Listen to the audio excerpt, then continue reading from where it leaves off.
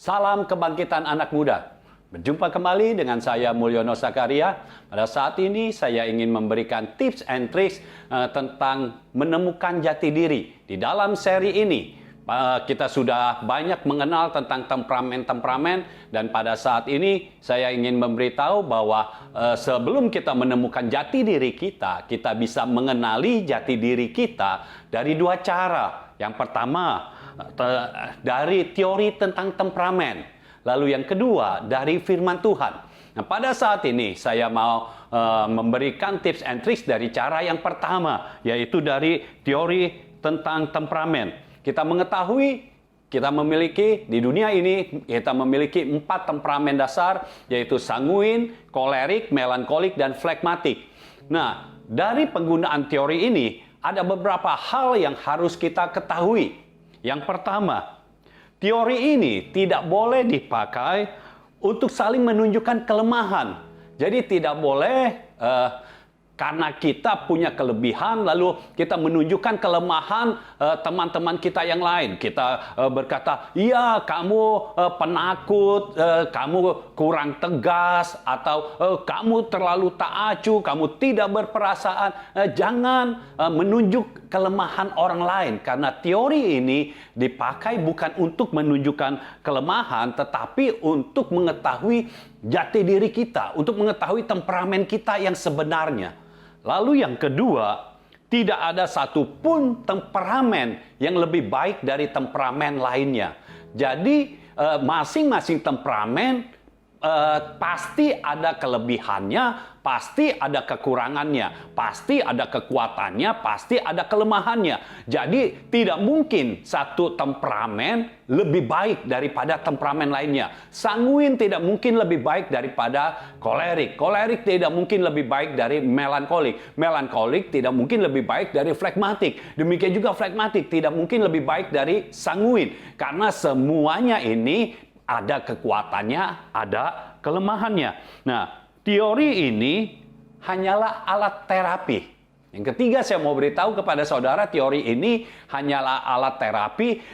Untuk itu gunakanlah untuk membangun, bukan untuk menjatuhkan. Lalu yang selanjutnya, poin yang keempat, teori ini dipakai bukan untuk membela tingkah laku yang berdosa. Misalnya, saudara suka pelupa, lalu saudara berkata, "Ya, saya kan memang temperamennya ini, jadi saya suka pelupa. Saya tidak disiplin karena saya temperamennya memang ini. Saya orangnya pendiam, ya memang saya temperamennya begini." Nah, teori ini bukan untuk dipakai membela tingkah laku kita yang berdosa. Kita kata-katanya kasar, ya karena kita temperamennya begini. Tidak bisa. Jadi kita harus tahu bahwa temperamen ini, teori tentang temperamen ini bukan untuk membela tingkah laku yang berdosa. Lalu selanjutnya, yang perlu kita ketahui, watak seseorang tidak hanya terdiri dari satu temperamen. Tidak pernah terbentuk hanya satu temperamen. Minimal satu orang punya 2 temperamen. Atau bisa juga 3 temperamen. Jadi selalu ada satu temperamen yang menonjol, tapi ada temperamen yang kedua dan ketiganya. Kemudian poin selanjutnya, kebanyakan temperamen dapat ditandai, kita dapat mengetahuinya pada usia 15 sampai 35 tahun. Nah, di luar itu agak sulit mengetahuinya karena pertama faktor lingkungan itu banyak sekali yang mempengaruhi sehingga temperamen ini menjadi tidak jelas. Lalu poin selanjutnya, keadaan tubuh jasmani seseorang dapat mempengaruhi temperamennya. Misalnya ketika orangnya suka sakit, maka kalau dia bertemperamen sanguin, dia akan sedikit mengalami perubahan. Keceriaannya berkurang, keriangannya berkurang, tetapi dia lebih banyak pendiam. Lalu selanjutnya, kadang-kadang didikan di masa kecil, di masa kita masih anak-anak, itu bisa membuat temperamen kita itu kurang tampak. Ya, contohnya didikan dari orang tua, apalagi kalau orang tua yang keras, ya, yang didikannya keras. Kalau tidak berlaku yang sesuai dengan aturan di rumah, langsung dihukum, harus ada di luar rumah, dikunciin, tidak boleh masuk ke rumah atau tidak boleh makan. Nah, hal-hal seperti ini membuat temperamennya terkadang tidak tampak. Ya. Lalu selanjutnya yang terakhir, trauma dapat mempengaruhi temperamen yang asli. Jadi trauma masa lalu bisa mempengaruhi temperamen yang aslinya. Nah, saya berharap hal-hal semacam ini dapat saudara ketahui untuk saudara lebih mudah menemukan jati diri. Ini baru cara yang pertama saudara menemukan jati diri.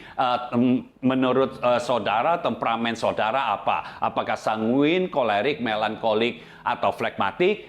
Tapi setelah itu nanti kita bisa lihat lagi dari unsur firman Tuhannya. Kita akan bisa melihat bahwa Tuhan bisa bekerja di dalam kehidupan saudara dan membentuk hidup saudara sampai saudara menemukan jati diri yang baru. Demikian tips and tricks dari saya. See you on the next level.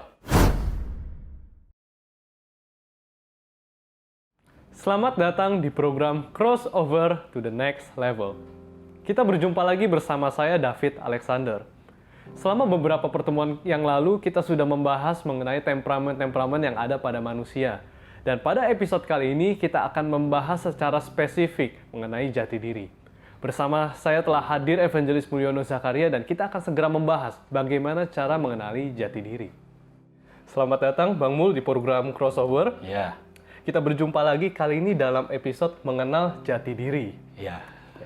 Nah, saya mau tanya nih Bang Mul, sebenarnya seberapa penting sih untuk kita tuh bisa mengenali jati diri kita? Apa benefitnya gitu, manfaat dari kita mengenali jati diri kita? Manfaat dari mengenal jati diri kita. Yeah.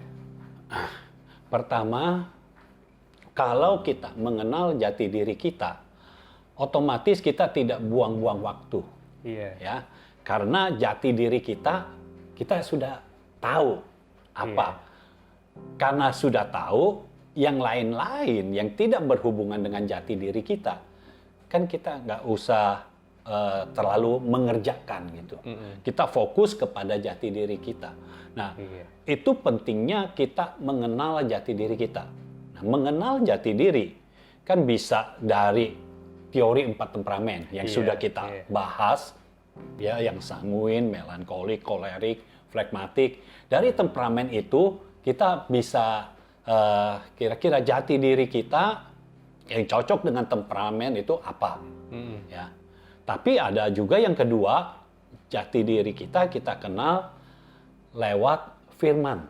Lewat firman Tuhan. Jadi firman apa yang datang kepada kita secara terus-menerus, itu yang menjadi jati diri kita. Nah, kalau kita sudah mengenal jati diri kita, maka kita punya tujuan hidup jelas juga. Tujuan kita jelas. Kita mau melakukan apa jelas. Jadi, sejak kecil, sejak kita mengenal jati diri kita, ya, mungkin ada yang sejak kecil, ada yang sudah remaja, ada yang sudah dewasa. Kapanpun kita sudah mengenal jati diri kita bisa fokus ke sana. Artinya itu adalah jati diri yang Tuhan akan berkati kita di situ. Dan di situ akan menjadi jalan anugerah buat kita. Sehingga jati diri kita itu membuat orang-orang di sekitar kita diberkati Tuhan juga. Bukan hanya kita saja, tetapi orang-orang di sekitar kita diberkati Tuhan juga. Iya. Bicara soal jati diri, sebenarnya jati diri kita itu sebagai apa sih, Bang Mul? Seperti apa jati diri kita?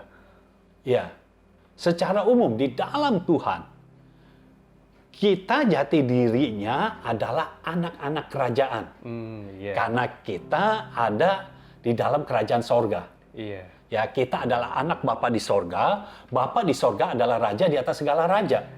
Otomatis kita adalah anak-anak kerajaan. Jadi ini jati diri secara umum. Secara khususnya nanti ada lagi. Secara umum kita semua anak-anak kerajaan. Tetapi bicara tentang anak-anak kerajaan, ini bukan bicara soal fasilitas. Ya, tapi lebih kepada tugas. Iya. Tugas dari seorang anak kerajaan adalah merepresentasikan rajanya. Iya. Ya, merepresentasikan bapaknya, menjadi wakil dari bapaknya di dunia ini. Iya. Supaya apa yang bapak mau, apa yang bapak di sorga mau, nah melalui kita bisa terlaksana. Iya. Nah, terlaksananya ini melalui jati diri kita yang khusus. Iya. Ya, misalnya jati diri kita sebagai apa? Sebagai hamba Tuhan. Ya. Nah, sebagai hamba Tuhan, kita melakukan tugas sebagai hamba Tuhan yang benar-benar hamba Tuhan. Yang menyampaikan firman, melepaskan firman sesuai dengan isi hati Bapa. Iya. Ya, kalau kita misalnya jati dirinya sebagai pengusaha, kita jadi pengusaha yang benar-benar merepresentasikan Tuhan juga. Iya. Karena Bapa di surga itu pengusaha. Iya. Ya, Yesus yang berkata, Bapa adalah pengusaha. Iya, Jadi iya. kita menjadi pengusaha yang merepresentasikan Bapa di sorga. Iya. Ya, apa maksudnya? Artinya nilai-nilai yang ada di dalam hidup kita harus sesuai dengan nilai-nilai kerajaan. Iya. Bukan nilai-nilai dunia ini. Iya. Iya. Ya, jadi kita mengenal jati diri kita dari firman yang datang terus dalam hidup kita, itu bisa dari teori 4 temperamen itu bisa. Tapi kita harus tahu juga jati diri kita bisa terbentuk dari dunia ini Iya. dan bisa juga terbentuk dari Tuhan. Iya. Nah, lebih baik kita memilih jati diri kita ini terbentuk dari Tuhan. Iya. Tuhan yang membentuk kita sedemikian rupa sehingga jati diri kita jadi sesuai dengan apa yang Tuhan mau. Iya. Karena kalau dunia yang membentuk kita dan kita mengenal jati diri kita dari dunia, wah ini repot. Karena dunia ini berubah-ubah. Iya. Ya. Sekarang trennya lagi apa? Ya, trennya lagi banyak yang ikut ajang pencarian bakat, semua ikut ke sana. Iya. Kalau trennya lagi apa?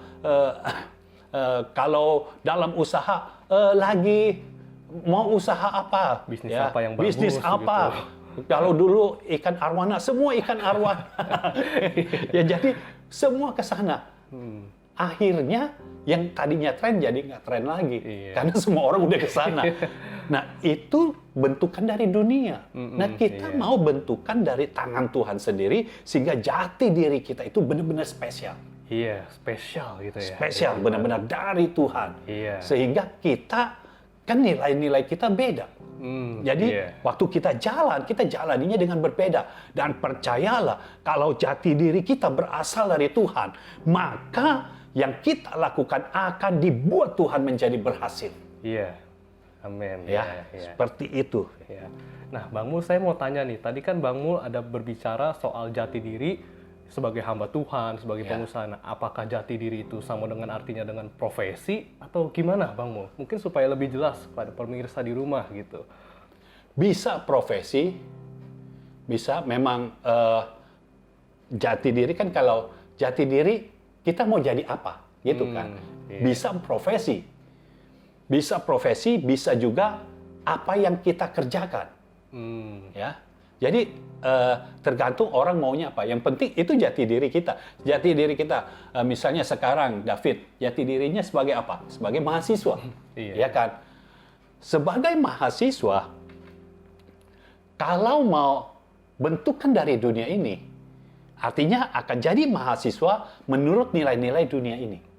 Tapi kalau bentukannya dari tangan Tuhan, David menjalani jati diri yang sekarang ini sebagai mahasiswa itu menurut nilai-nilai kerajaan. Iya. Dan nanti setelah lulus, Tuhan pasti sudah memberikan jati diri yang baru.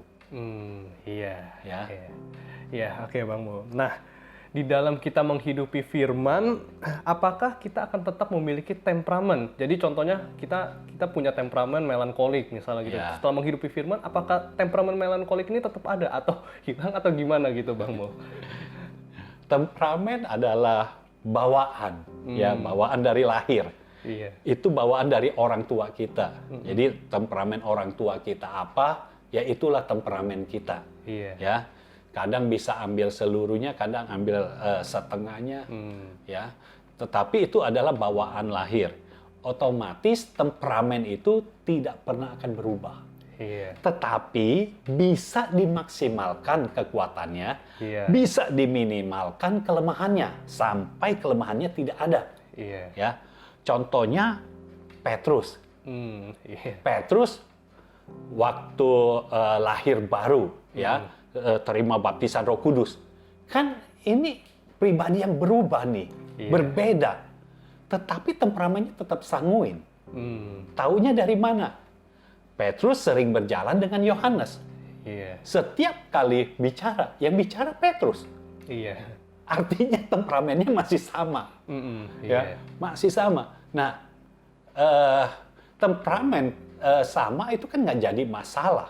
Yang penting Tuhan memakai kekuatannya untuk nama Tuhan. Ya, Iya. kelemahannya makin dihilangkan. Ketakutannya kan hilang. Iya, Ya, ketakutannya Petrus hilang.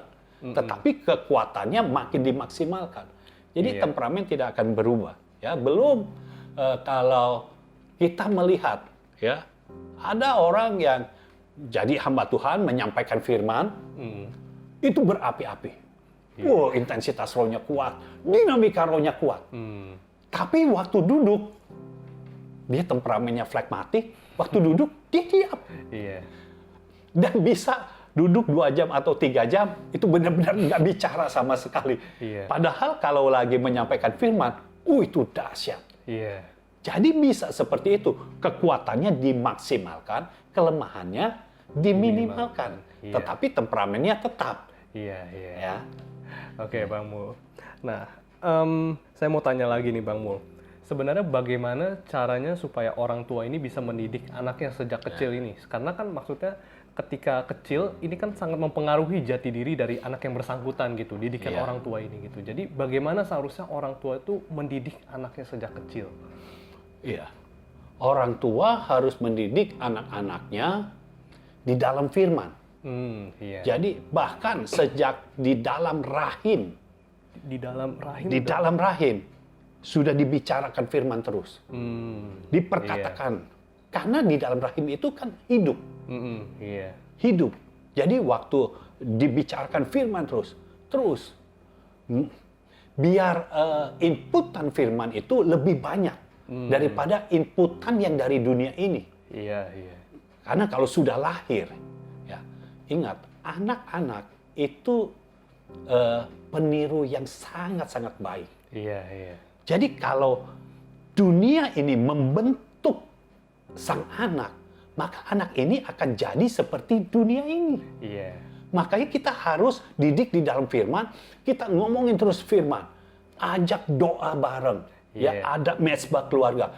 Jadi makan sama-sama, jangan biasakan anak makan di depan televisi, anak makan sambil nonton gadget, ya.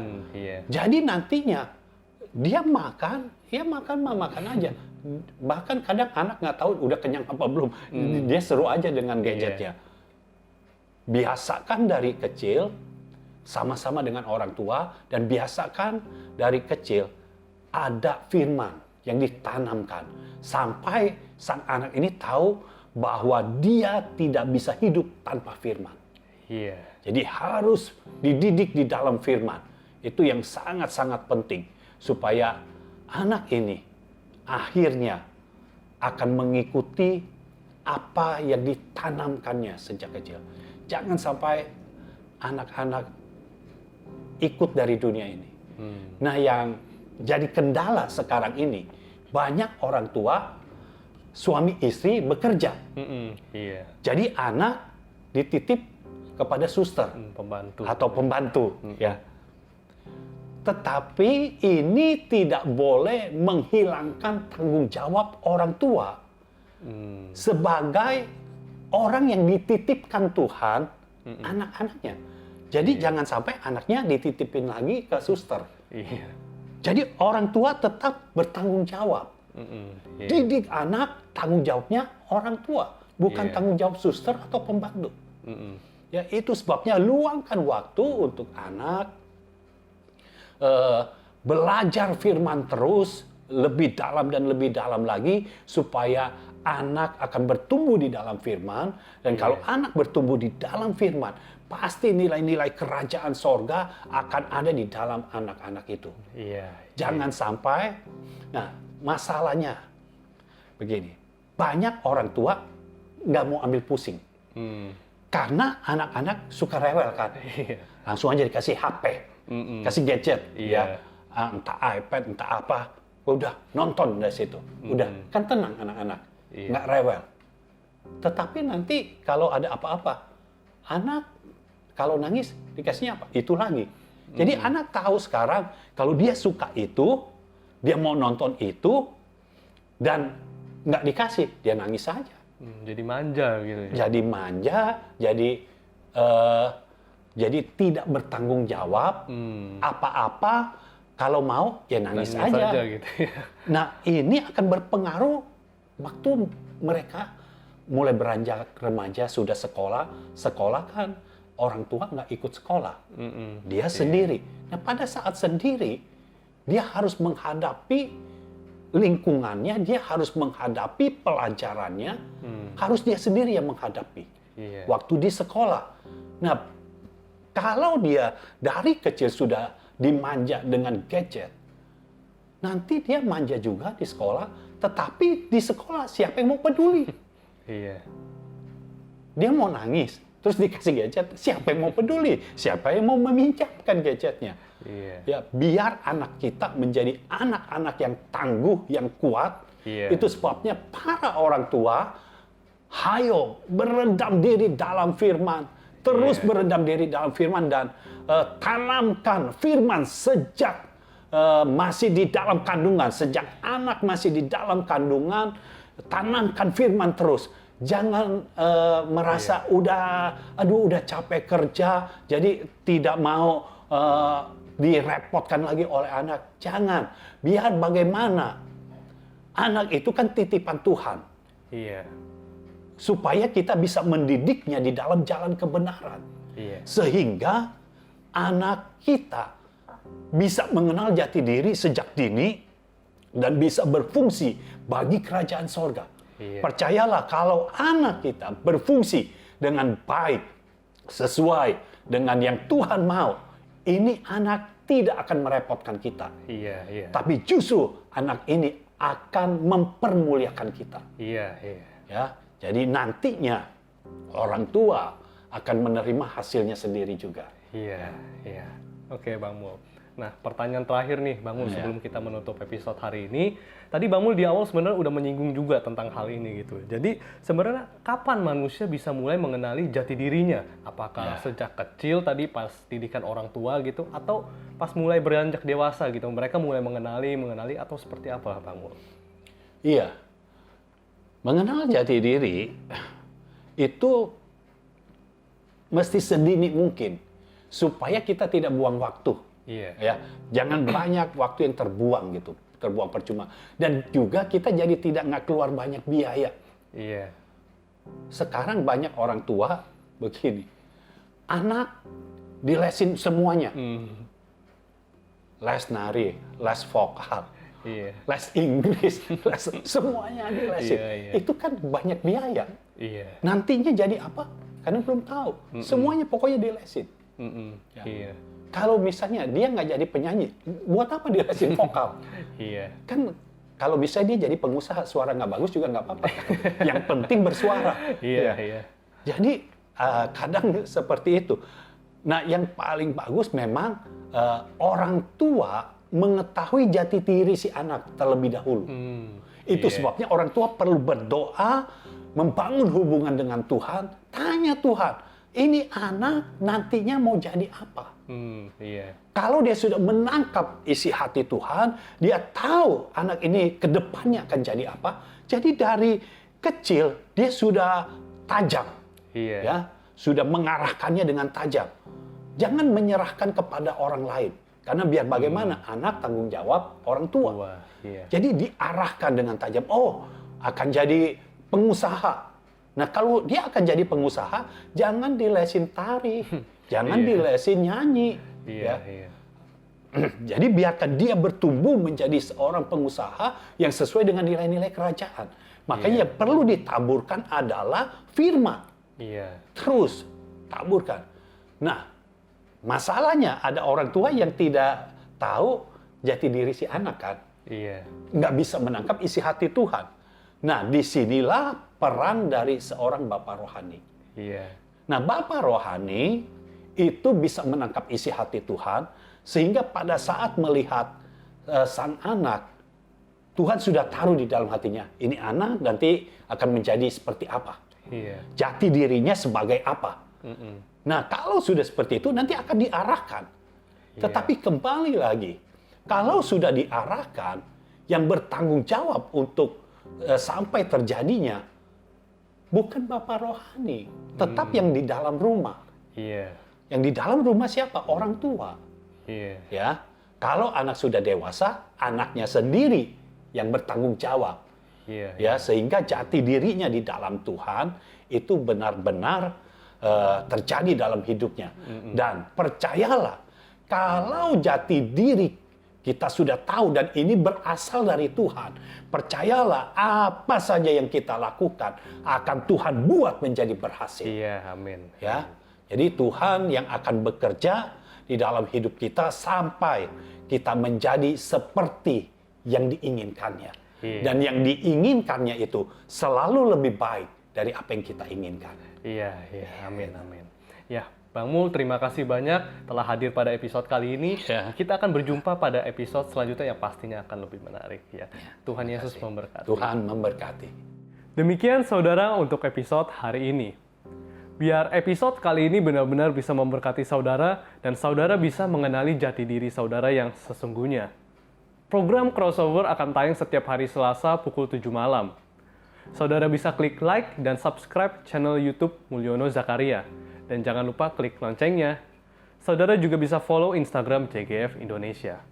Saya David Alexander, kita berjumpa di episode yang selanjutnya.